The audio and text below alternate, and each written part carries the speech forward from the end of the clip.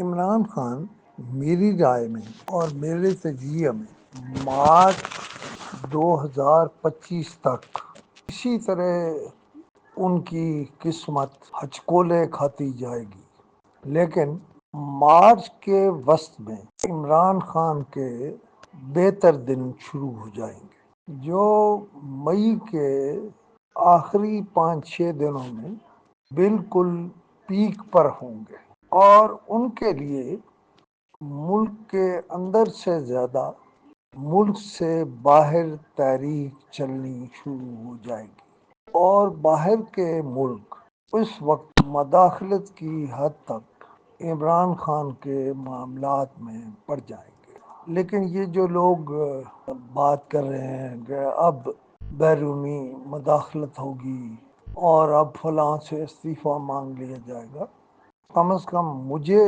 کوئی ایسا امکان نظر نہیں آتا۔ مارچ سے امکانات عمران خان کے لیے بننے شروع ہوں گے، جو مئی کے آخر تک بن جائیں گے۔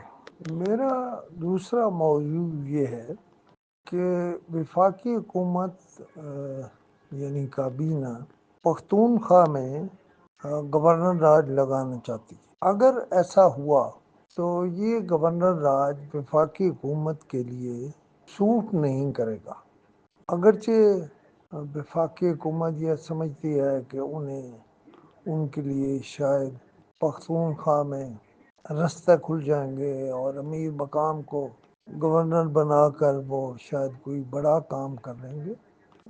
گورنرشپ کے بعد انہیں مولانا فضل الرحمان اور عمران خان دونوں سے لڑنا پڑے گا۔